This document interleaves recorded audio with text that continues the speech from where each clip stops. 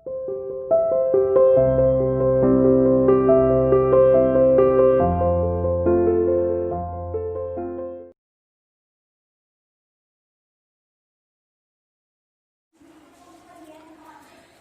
Good morning student. Welcome to CR international school online classes. बच्चों, मैं आपके हिंदी के टीचर उपस्थित हूँ आपके सामने आपको हिंदी पढ़ाने के लिए।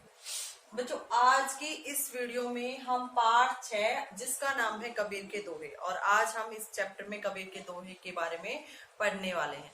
उससे पहले बच्चों, मैंने इससे पहले की वीडियो में आपको इस चैप्टर के कठिन शब्द दिए थे। आई होप सभी बच्चों ने वो कठिन शब्द अपनी नोटबुक में लिखे भी हैं और वो याद भी किए हैं। चलिए एक बार मैं आपको इसके शब्दार्थ रिवाइज करवा देती हूँ। देखिए बच्चों, सभी बच्चे अपने अपने बुक के साथ जल्दी से आ जाइए। देखिए बच्चों, हमारे इसके शब्दार्थ हैं और इसके शब्दार्थ की एक पीडीएफ मैंने आज आपको सेंड की है, जिसे आप देखकर लिख सकते हो और उसे आपको लर्न भी करना है। ठीक है। गही, गही का मतलब होता है बच्चों ग्रहण करना। थोथा, थोथा का मतलब होता है बेकार, यानी जिसका यूज न हो। ठीक है, यूजलेस। पंथी, पंथी का मतलब होता है राहगीर, यानी राह में चलने वाला, जैसे जिसको आप यात्री भी बोल सकते हो। ठीक है। नेक्स्ट है बच्चों औरन। औरन का मतलब होता है दूसरे, यानी दूसरे व्यक्ति, अदर्स, जिसको आप इंग्लिश में बोलते हो। शीतल, शीतल का मतलब होता है ठंडा, कूल, जिसको आप इंग्लिश में बोलते हो। नेक्स्ट है काल है। काल का मतलब होता है कल, ठीक है, जिसको आप इंग्लिश में टुमारो बोलते हैं। पोथी, पोथी का मतलब होता है बेटा धार्मिक किताबें, धार्मिक पुस्तकें। ठीक है, जिसमें धर्म वगैरह के रिलेटेड बातें होती हैं, उसे हम धार्मिक पुस्तक कहते हैं। ठीक है। आखर, आखर का मतलब होता है अक्षर, जिसे आप इंग्लिश में लेटर्स बोलते हो। मनका, मनका का मतलब होता है मोती। ठीक है बच्चों, ये थे हमारे शब्दार्थ। आइए अब हम चैप्टर के बारे में बात करते हैं। बच्चों, ये है हमारा पार्ट 6 जिसका नाम है कबीर के दोहे, और इसमें कबीर दास जी के दोहे आपको बताए गए हैं। कबीर दास जी जो हैं वो हिंदी साहित्य के महान रचनाकार हैं, यानी उन्होंने हिंदी में अपनी अनेक रचनाएं दी हैं। ठीक है, जिनको आज हमारे बुक्स में, आज हमारे पाठ्यक्रम में शामिल करके हमें उनके बारे में अवगत कराया जाता है, हमें उनके बारे में बताया जाता है कि कबीर दास जी कौन थे। ठीक है, कबीर के दोहे ये कबीर दास जी के दोहे हैं। ठीक है, इसमें ये अलग अलग दोहे हैं, अलग अलग दोहा आपको अलग अलग प्रकार की शिक्षा प्रदान करता है। कबीर दास जी का जो मेन मोटिव था, यानी उनका उद्देश्य था सभी को सन्मार्ग पर चलाना, यानी सभी व्यक्तियों को अच्छे मार्ग पर चलाना, सभी को अच्छी शिक्षा प्रदान करना, ये उनका मेन मोटिव था। ठीक है। आज उनका जो जीवन था, उनका जीवन सीधा साधा था। ठीक है, यानी वो सरल स्वभाव के थे और उनका जो रहन सहन था बिल्कुल नॉर्मल था, तब वीआईपी नहीं था। मगर उनके दोहों में जीवन के सन्मार्ग पर चलने की शिक्षा मिलती थी। यानी उनके जितने भी दोहे हैं, वो दोहे क्या शिक्षा देते थे? उनके जो दोहे हैं वो शिक्षा देते थे कि हम सभी को सन्मार्ग पर चलना चाहिए, अच्छे मार्ग पर चलना चाहिए। ठीक है, चलिए आज हम इस चैप्टर में फर्स्ट दोहे के बारे में रीड करते हैं। देखिए बेटा, अपने बुक में फर्स्ट दोहा जो आपका है, साधु ऐसा चाहिए जिसका सूप सुहाए, सार सार को गही रहे, थोथा देई उड़ाए। थोथा का मतलब होता है बच्चों बेकार, यानी निरर्थक, यूजलेस, जिसको आप इंग्लिश में बोलते हो। गही का मतलब होता है ग्रहण करना। ठीक है, साधु ऐसा चाहिए, इसमें कबीरदास जी कहते हैं कि हमें ऐसे सज्जन व्यक्तियों की जरूरत है जैसा सूप सुहाए। सूप का मतलब होता है बेटा, देखो आपके घर में, सभी के घर में गेहूं है, गेहूं को साफ करने के लिए जिस यंत्र का यूज किया जाता है, जैसे छाछ, आई थिंक छाछ ही बोलते हैं सभी के घरों में। ठीक है, जिसमें से गेहूं को साफ, मतलब छाना जाता है, साफ किया जाता है, तो वो होता है बेटा, उसको हम सूप बोलते हैं। ठीक है, कि कबीरदास जी कहते हैं कि आज हमें ऐसे सज्जन व्यक्तियों की जरूरत है, आज हमारे समाज को ऐसे सज्जन व्यक्तियों की जरूरत है जो सूप के समान काम करे, यानी एक छाछ के समान काम करे। कैसे? जो निरर्थक, यानी जो बेकार है उसको ऊपर लाके, यानी उसको वेस्ट कर दे, यानी जो निरर्थक है उसको अलग कर दे, और जो सार्थक है उसको बचा कर रखे, यानी जो निरर्थक है उसको उड़ा दे और जो सार्थक है उसको बचा दे। ऐसे सूप की तरह सज्जन व्यक्तियों की आज के समाज में हमें जरूरत है। यानी देखिए बेटा दोबारा, साधु ऐसा चाहिए, यानी कबीरदास जी कहते हैं कि हमें ऐसे सज्जन व्यक्ति चाहिए जैसा सूप सुहाए, यानी जिस प्रकार एक सूप होता है वैसे ही सज्जन व्यक्तियों की आज के समाज में हमें जरूरत है। सार सार को गही रहे, जो जो सार्थक है उसको ग्रहण करे, थोथा दे उड़ाए, और जो बेकार जो बच गया उसको उड़ा दे। ठीक है, यानी जिसमें अच्छी आदत होती है, गुड हैबिट होती है, उनको अपनी संगति का असर प्रदान करे, और जो निरर्थक है यानी जिसमें कुछ बुराई है उसको बेकार समझ के उसको छोड़ दे। ऐसे सज्जन व्यक्तियों की आज के समाज में हमें जरूरत है। ठीक है बच्चों, आई होप सभी को समझ में आ गया होगा। नेक्स्ट देखिए बच्चों, सेकेंड नंबर का जो हमारा दोहा है, बड़ा हुआ तो क्या हुआ जैसे पेड़ खजूर, पंथी को छाया नहीं फल लागे अति दूर। इस दोहे का मतलब हुआ बच्चों कि बड़े होने से कुछ नहीं होता, यानी बड़ापन किसी काम का नहीं है। यानी अगर हमारी हाइट बड़ी होती जाती है, अगर हम उम्र में बड़े होते जाते हैं, लेकिन हमारे अंदर बड़े होने के कोई भी गुण नहीं है, यानी जो हमारे अंदर गुड मैनर्स आने चाहिए वो अगर हमारे अंदर नहीं है, तो ऐसे बड़े होने का कोई भी फायदा नहीं है। ठीक है, देखिए बेटा दोबारा, बड़ा हुआ तो क्या हुआ जैसे पेड़ खजूर, यानी बड़े होने का कोई भी मतलब नहीं होता, बड़ा तो पेड़ खजूर का भी होता है। ठीक है, यानी बड़े होने का कोई भी सार्थक अर्थ नहीं होता, बड़े होने का कोई भी सार्थक अर्थ नहीं होता, बड़ा तो पेड़ खजूर का भी होता है। यानी आप में से कुछ बच्चों ने खजूर के पेड़ को देखा होगा। खजूर के पेड़ की हाइट जो होती है बेटा वो बहुत बड़ी होती है, यानी उनमें जो फल लगता है वो बहुत ऊंचाई पर लगता है, जिसे हम आसानी से, और आसानी से तो क्या, हम उसे तोड़ ही नहीं सकते, यानी उसके जो फल होते हैं वो दुर्लभ होते हैं, उसे हम आसानी से प्राप्त नहीं कर सकते। ठीक है, बड़ा हुआ तो क्या हुआ जैसे पेड़ खजूर, यानी ऐसे बड़े होने का कोई भी फायदा नहीं है जैसे पेड़ खजूर का हो, यानी जैसे पेड़ खजूर का बड़ा होता है वैसे बड़े होने से कोई भी फायदा नहीं है, कोई भी लाभ नहीं है। पंथी को छाया नहीं फल लागे अति दूर, और उस जो खजूर के पेड़ की बात हम कर रहे हैं उसको जो फल लगता है वो बहुत दूर लगता है, बहुत ऊंचाई पर लगता है, और ना खजूर का पेड़ किसी भी पंथी का मतलब होता है बेटा राहगीर, यानी यात्री जो रास्ते में चलते हैं, राह में चलते हैं, उन्हें राहगीर बोलते हैं, पंथी बोलते हैं। तो ऐसे बड़े होने का कोई भी फायदा नहीं है जैसे खजूर का पेड़ होता है। अब खजूर का पेड़ बहुत बड़ा होता है, ठीक है, और बड़े होने का मतलब ये नहीं है कि उसके अंदर कोई फायदे हैं। ठीक है, यानी वो बड़ा तो है। अब सभी पेड़ों में उसके अंदर घमंड है कि सभी पेड़ों में वो बड़ा तो है, क्योंकि सभी पेड़ों में सबसे ज्यादा सबसे अच्छी हाइट जो ऊंची हाइट जो होती है खजूर के पेड़ की होती है। लेकिन ऐसे खजूर के पेड़ का क्या फायदा बच्चों कि वो किसी को छाया भी नहीं देता, और उसपे जो फल लगता है उसको भी हम आसानी से प्राप्त नहीं कर सकते, यानी उसपे जो फल लगता है बहुत ऊंचाई पर जाकर लगता है। ठीक है, तो खजूर की पेड़ की तरह हमें बड़ा नहीं होना है।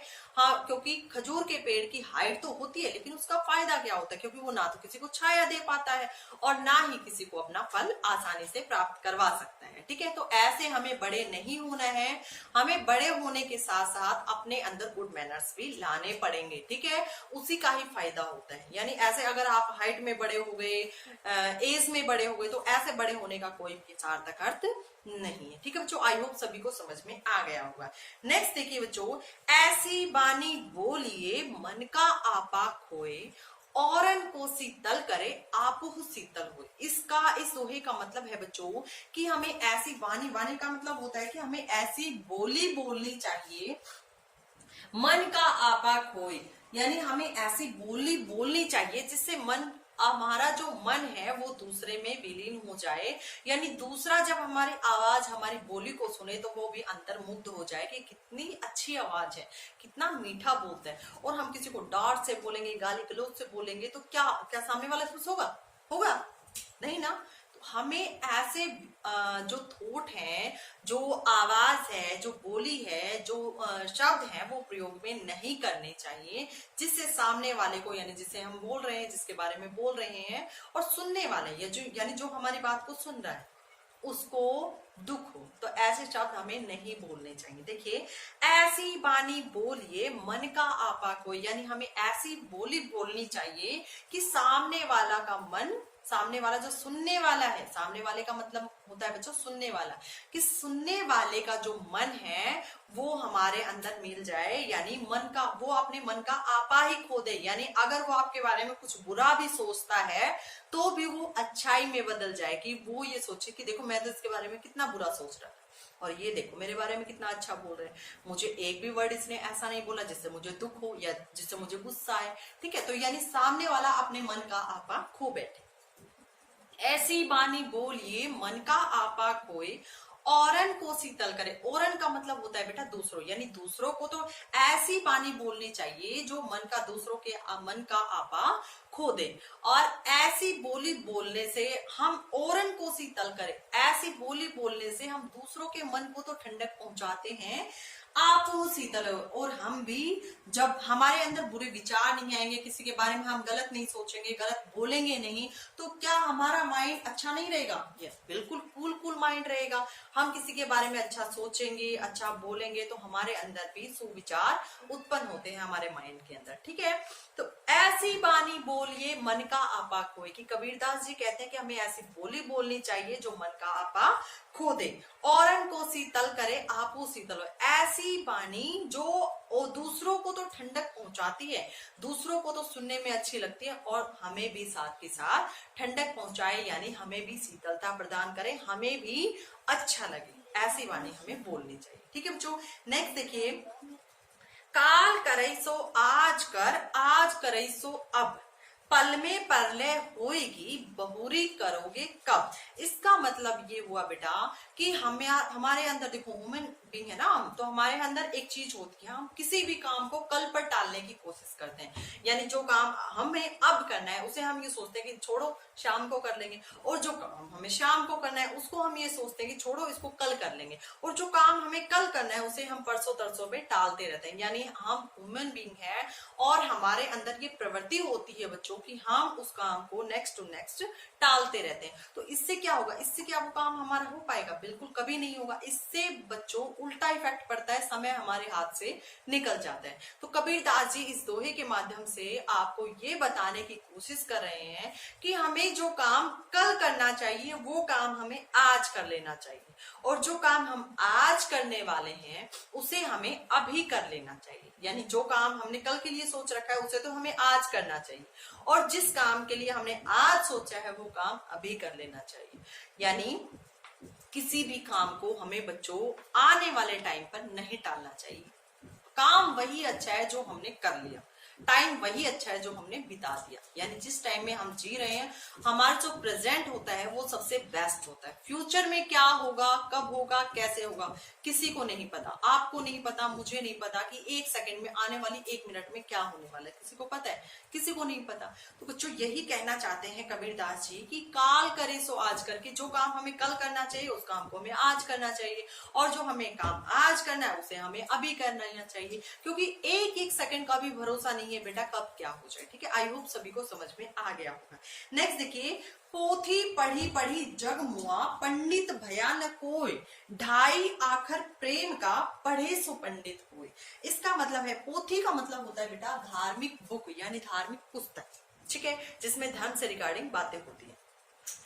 पोथी पढ़ी पढ़ी जगमुआ, यानी धार्मिक पुस्तकों को पढ़ लेने से कोई पंडित नहीं बन जाता, कोई ज्ञानी नहीं बन सकता। यानी हमें ये नहीं सोचना चाहिए कि धार्मिक पुस्तकों को पढ़ने वाला ज्ञानी होता है, विद्वान होता है। नहीं बच्चों, धार्मिक पुस्तकों को पढ़ लेने मात्र से कोई ज्ञानी नहीं बन जाता, बल्कि धार्मिक पुस्तकों को पढ़कर अपने व्यवहार को बदलना, यानी धार्मिक पुस्तकों में जो पुस्तक है उनमें धर्म के बारे में जो जो लिखा हुआ है उनको अपने जीवन में लागू करना, वो ज्ञानी होता है, वो विद्वान होता है। यानी जरूरी ये नहीं है बच्चों हमने बुक पढ़ ली, अब आप है आपने ये चैप्टर रीड कर लिया, रीड करने के बाद इस चैप्टर में क्या था, क्या आपने इन चीजों को अपने जीवन में लागू किया?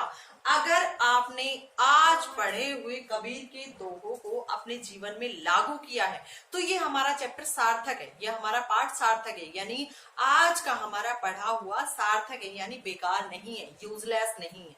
ठीक है, इसको हम यूज कर रहे हैं। ठीक है, तो वो ज्ञानी वही होता है जिसने आज के चैप्टर को रीड किया, अच्छे से समझा और उसके जो उससे शिक्षा मिली उसको अपने जीवन में लागू किया। देखिए वापिस आ जाते हैं हमारे दोहे पर। पोथी पढ़ी पढ़ी जग मुआ, यानी धार्मिक पुस्तकों को पढ़ लेने से कोई विद्वान नहीं बन जाता, कोई पंडित नहीं बन जाता। ढाई आखर प्रेम का पढ़े सो पंडित हो।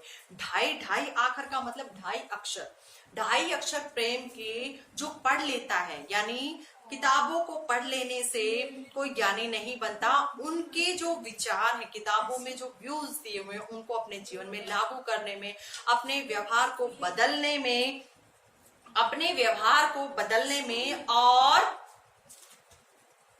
अपने व्यवहार को बदल लेने पर क्या होता है, वही विद्वान कहलाता है। यानी जो अब सिर्फ ना केवल किताबों को पढ़कर उसको भूल जाता है, बल्कि किताबों को अपने जीवन में किताबी ज्ञान को लागू करता है, अपने व्यवहार को बदलता है, वही क्या होता है बच्चों, वही सच में ज्ञानी होता है।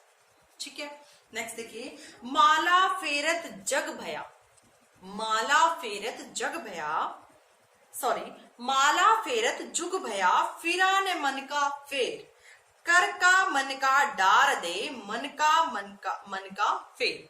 अब इस दोहे में कबीरदास जी क्या बता रहे हैं बच्चों, देखो आपने देखा होगा कि मंदिर में या फिर किसी न किसी बड़े बुजुर्ग को आपने देखा होगा कि उनके हाथ में एक माला होती है और वो उस माला में मोती होते हैं और वो मोती को ऐसे ऐसे राम राम करते हुए उसको रखते रहते हैं। देखा है, कईयों ने देखा होगा, वो ऐसे राम राम राम राम राम राम राम ऐसे करते रहते हैं और उसको काउंट करते रहते हैं। ठीक है, उनके मन में क्या चल रहा है किसी को नहीं पता।